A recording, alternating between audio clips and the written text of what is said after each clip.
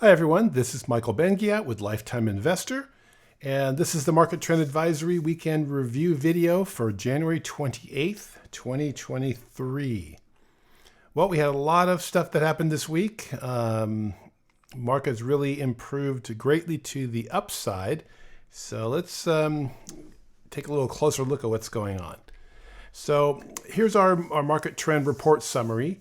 It's looking very, very strong, except for one element here. But in terms of the indexes, we are 100% invested. The market count is 5 out of 5, so our exposure is 100%. In the Nasdaq, we have no institutional selling days, which is really good. We have a couple on the S&P, which is acting is acting less strong now than the Nasdaq. The Nasdaq is sort of retaken its role as the leader, and the Dow, which had been leading the market for a while, is no longer. So it's kind of an interesting change, but it's getting pretty frothy on the Nasdaq though. So, and the one thing though it's not quite working, which is a red flag here. Well, in our case, a little yellow flag. You can see them right here. Is that individual stocks and the non-index ETFs are still not acting all that great, and that's a warning right there. And what we're talking about when we talk about individual stocks, non-index ETFs, is that we're looking always at the leading stocks, or stocks that are actually making new highs or very near new highs. We're not looking at the old beaten down former leaders, which is what's been driving the market in the Nasdaq especially. So those are really not acting all that great. It's been the stocks that do break out, they really haven't moved very much, or they've been actually failing. But we're getting more of them, so it's promising, but we're not quite there yet. So it's a little bit of a warning there. But in terms of the indexes, this is just pointing straight up. But we also have some concerns that are, in fact, where we are right now. So we're going to go into that. In terms of our strategies, they've suddenly just blasted off. You can see the QQQ is up 11.19% this year, which is that's a pretty good return in less than a month. And our returns are now starting to, our 2X has actually surpassed it. We're not doing as well on the 1X, but that's all right. And then same with for the SPY. The SPY's been underperforming, so you can see we're not getting the same performance from either the SPY or our investing strategies versus the QQQ. So, but we're going in the right direction. Let's take a look now at the indexes. So here's the Dow. Now the Dow had been definitely leading for a long time, but you can actually see here this RS line is versus the S&P. You can see it's really been underperforming versus the S&P, and we're starting to make. You can kind of interpret this a couple ways. We're now above the 200-day, all the indexes are, which is a positive sign. You can almost look at it as like, not that we're out of a bear market yet, but that's the first step, is to get above the 200 and to get the moving averages properly aligned. In other words, the 50's above the 200, the 21's above the 50. We want to see that. That's when you get into those power trends, when the market is really just cranking along to the upside. Now we've seen this to the downside for a long time. You can see over here, you can see the 200 was curving down. We were getting those just right here. We're opposite. We have the 200, 50, 21, and 10 all pointing, lined up but the wrong way. And now the market's trying to see if we can get it to the upside. But we're sort of floating around this little trading area here. And it's hard to tell what's going to happen. That's one of the themes I'll talk about a little bit later. That, yes, it looks bullish. We've gotten above some of these key levels, but what's going to happen here? We just don't know. And volume's been a little suspiciously light, especially on the Dow. We're not getting any real big spikes or even trading or even up to the 50-day moving average of the volume. So a little bit of a warning there. Now the S&P is acting a little better, but again, volume's been kind of trailing off as we're going higher. A little bit of warning there. Now we did manage to get above the 200-day for about 5 days. We've closed above, and that's a big change. Now we did get over here in March. We stayed above it a little bit longer than that, and we came down. In August, we came right up to the 200-day, couldn't surpass it. We had a few days here, just didn't work. And now we're actually trying to clear above this level. Now, the next one is to really close above this 4,100 level. That would give us, showing that we're actually now making new highs. It looks like we tried to attempt it on Friday, but didn't quite make it. So the volume's been a little suspicious, though we are getting accumulation days. I must say, in fact, let me go to the NASDAQ. You can see the money's really been pouring into the NASDAQ. Look at all the up days going on and the accumulation days. An accumulation day is basically like an additional follow-through day, but we don't call it a follow-through day. We had the follow-through day, I think it was the 6th, one of these days over here, and the market really just kind of took off after that. And we finally closed above the 200-day, which has been a ceiling, even though we never quite got to it. It's always been kind of lurking out there, and we just kind of, interestingly, on Thursday, we closed right at it. It's just kind of suspicious. You just kept rallying until it got to it, and we broke above it on very strong volume. So the money is pouring back into the NASDAQ and is now asserting its leadership, but that is maybe a little problematic. And then we have here the Russell. The Russell is actually looking a little bit stronger too, and we were starting to see the names that are breaking out have been small and mid caps, which is really, which is actually very positive, because small and mid caps have really been out of favor for a long time. You know, the mega caps and the large caps is where the money was going. So the fact that we're getting more, I want to call it speculative investment, because of course smaller companies are more likely to get hit by recessions and adverse business environments than the big guys. So the fact that money's flowing in here is good, and we're starting to see more of small companies starting to shine. So that all positive developments. Now the question is it going to last? So that's what we're going to discuss a little bit. Let's go on to the technicals. Greatly improved. You can just see here, just did nothing but look at the colors. 57% of stocks above the 200, greatly improved when it was down in the 20s, I think even in the teens. We're starting to get consistent 52 highs over 52-week lows. We finally, here you can see the NASDAQ's above its 200-day. That's been many months since we've seen that. Up volume versus down volume is now, you can see, been pretty strong. We've had some nice up days over here. We had two that were up in 8 and 6 in the ratio. Hasn't held, but that's okay. That's you want to see those spikes, but you don't want to see the immediate drops below, which is what we had seen for a long time. So technically, the market is looking really pretty good there.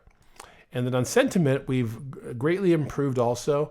We're actually now turning bullish across all of the sentiment markers that we track. So that's all good. So in a different environment, you would say, well, this market's just ready to rock and roll, and off we go.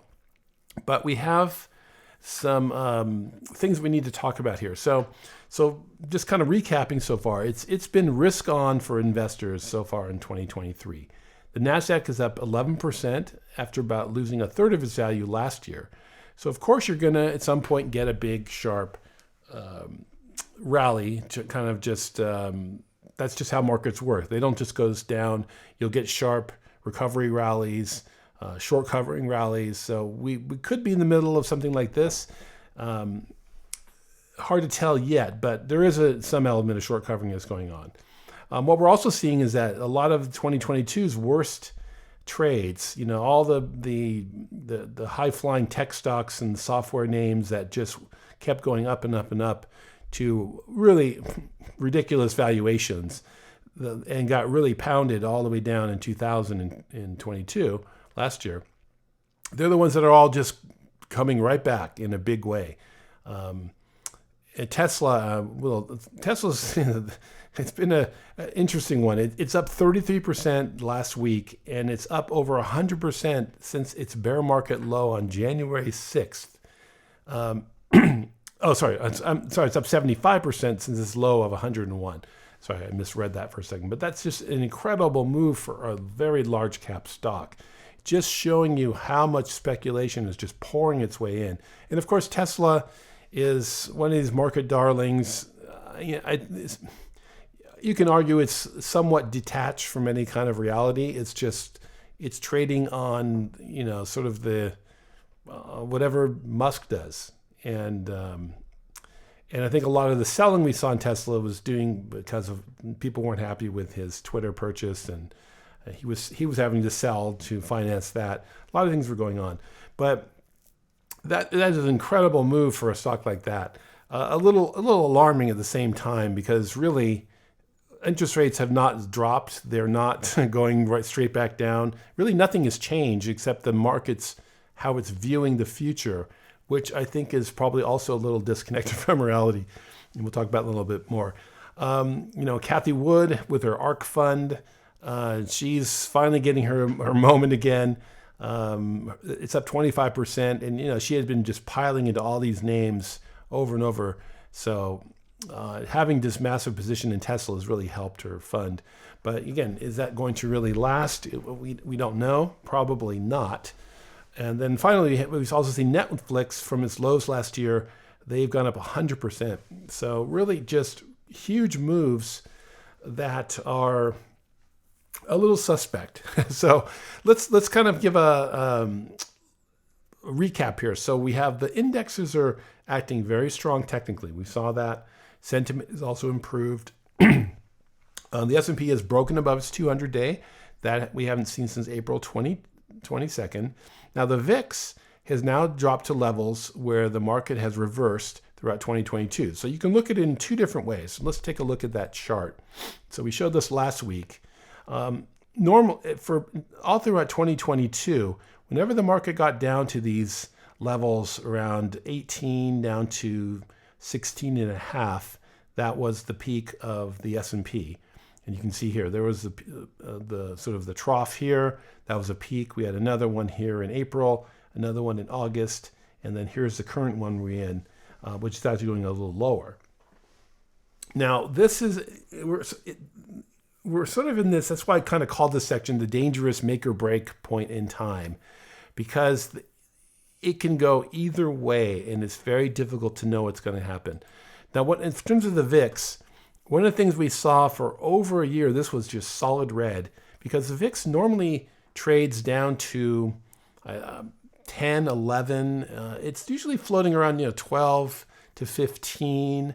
That's just normal range. When it gets down to the low double digits, you're starting to get a little complacent, and that's usually when the market sometimes starts to getting too overbought, too optimistic, and you start seeing some kind of a correction. So the fact that this is starting to change and we're seeing a little bit of more orange than just solid red is a good sign. We want to see that volatility come down, but we're also at this spot where it could just mark a top in the market, along with other things. So that's a big concern, but it's also good technically. So that's why we're just in this very difficult make or break spot. We're also getting a lot of warnings from companies and announced layoffs, especially in the tech sector. And overall, earnings have been mixed. They've been beating some of the estimates, but we're not beating as much as they usually have in the past. So again, a mixed picture. All this is kind of a mixed picture at this point, which is making it, difficult. So we're getting a lot of strength, but we're also getting the point where that strength could be pointing to a top. So another real important thing here is that what's driving all this, and it's that the market basically is starting to say, hey, we're not seeing inflation that we saw. It's starting to come down, and that's giving the reason to just market go straight back up. Now, we saw this back in last July when investors were convinced that inflation was over and that all the weaker economic data was going to do away with any more rate hikes. And so right now, basically the market's starting to say the Fed's going to be able to avoid a recession. The worst is over, and if they can't avoid a recession, it's going to be a soft landing. So there's some problems with this. The first is that the markets are pricing where rates are ending the year. they're going to be about where they are now, and that's according to the CME's FedWatch tool, which is an interesting site. You can Google that, and you can actually see how people are viewing the rate hikes and the percentages and all that. It's really pretty interesting. But what this means, though, is that investors are effectively ignoring the Fed's latest forecast that was published last month, which suggested that interest rates were going to be closing 2023, this year, at 5.1. That was their terminal rate, I think they called it. And so we're already getting a mismatch here because we're nowhere near 5.1. I think we're roughly a percentage point below that. And so that's the problem. The market's kind of saying, well, screw you, Fed, we're going to do what we're going to do. And we don't believe that you're going to be doing that. And again, this is kind of a misleading situation. Inflation is likely to be more persistent than the market is currently hoping. We're not seeing the cost of shelter and wages, which are two of the biggest components of the data that the Fed looks at. It's proven to be a little more sticky, and we're starting to see now, as the market goes up, it's actually a little bit inflationary. It makes people feel like they've got more money again.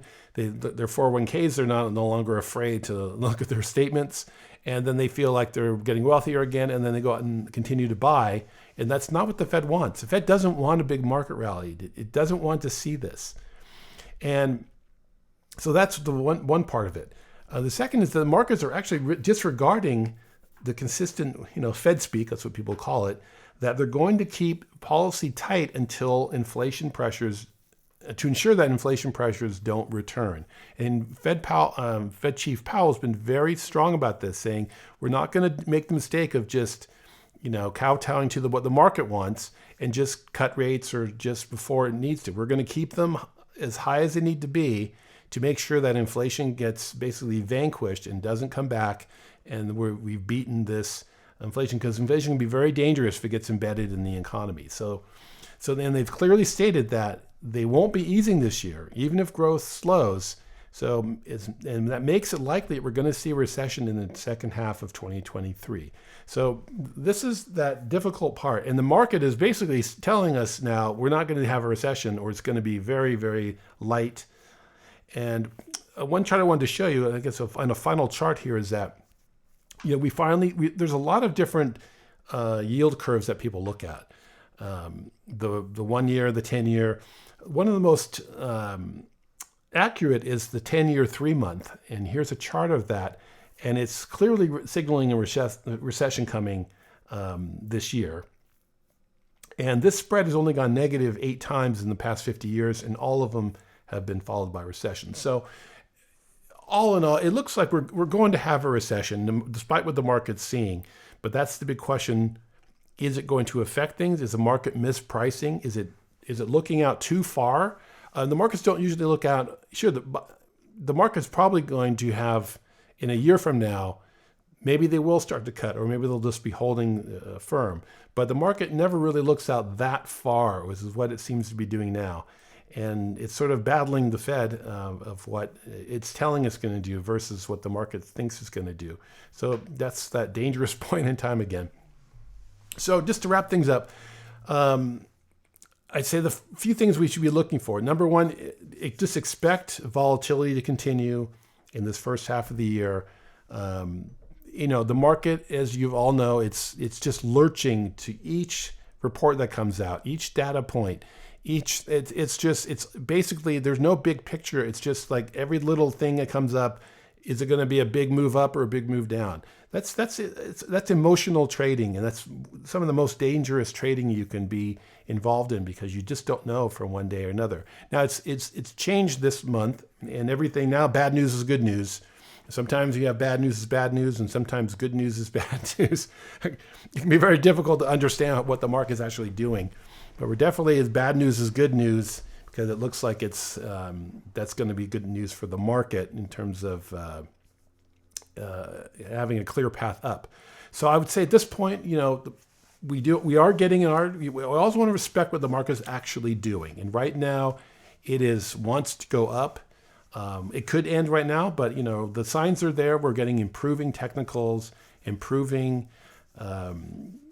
situations on the charts look good, but I also say don't get too complacent. It's the likelihood of a major bull market starting here when interest rates have gone up as much as they have and are no sign of them coming down, and all the other things that have gone on, coming out of a massive bubble market, to just go up and make new all-time highs in this year would be extremely unlikely. So this is probably could be a very nice trading rally. There've been 50% rallies in the big bear market of 2000 to 2002. So there could be one of those. So it's going to be it's trying to pull everyone in, which is what it's doing. But you don't want to get too complacent. Just kind of expect that it may just turn around and completely fail, or it may not. We don't know. Nobody knows what the market's going to do at this point. And another key thing is that the Fed is not the market's friend right now. It can't keep interest rates at zero anymore. It's not going to. We may never see that again. It was a grand. There's a few books I read about this. It was a grand experiment that looked fantastic, really drove up the stock market and real estate and most asset classes to just almost crazy heights. And look at the wealth that was created. I mean, now you just have people that are worth 100 billion, 200 billion. There might be a couple people in India and China that may even be 300 billion. I mean, just numbers you can't even fathom anymore. But that's probably done, and that's another reason why we may have just ended this long-term run, at least for now. So the interest rates are not going to be at zero. We may never see that again. And that really helped propel the market up for more than a decade. And even some of the Fed governors, they've kind of said, well, it was a big experiment that really got out of hand. It should have been reined in long ago, but we didn't have any leadership that was willing to do it. And as much as I thought Powell was just another one of those, he seems like he actually has a backbone and he's willing to stand up and do what's right for the country and not just what's right for Wall Street. And we haven't really had that in a long time. And then also, in the aftermath of a big bubble, stocks are still not cheap. And for the market to bottom out here would be a little historically unusual. So to wrap it up, we're just at that time. The market could go either way, and just enjoy it if you're long and you've got positions or you're in the indexes.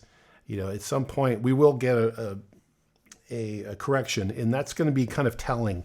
The first correction we get, is it going to make new lows? Is it going to be just more a shorter correction, and then we're able to now make a new high after that? That kind of gives you what they sometimes call the turn, where you went up to a certain spot. Let me go back to a chart here. Let's take the S&P. Let's say the S&P ended up, that was the top here. We come back down. Maybe we get support at the moving averages. Maybe we don't. And then we come back up, and then we break above this. In other words, we came up to a level, came down, and then broke above it, clearing a bunch of resistance here. That would be a really good sign for the market that it wants to continue higher. So we're going to have that crucial correction will come at some point. Markets don't just keep ripping up forever, especially in the Nasdaq. That's really a pretty big move that it's made in a short amount of time. Okay, well, we'll be back next week in this market that is never boring, always exciting, and many times frustrating, especially if you're not in the market. You don't have to play every trade. I've actually decided to pass on being in the indexes so far. Yes, it's been rip-roaring, but the volatility was something I wasn't happy with. There's too much volatility, too many big moves, too much lurching from report to report each day. I decided just to stay out of it, let the market determine what it wants to do longer term. So I'm not trying to trade, retirement money up and down. And so I pass this, and you don't have to be a part of all of it. You can be watching it just to see what the market's doing, or have just small exposure. The market's always going to be there. You don't have to be in it all the time, especially when the overall picture is not super conducive to long-term wealth creation. And that's sort of where we are. It's unclear, and it can go either way still.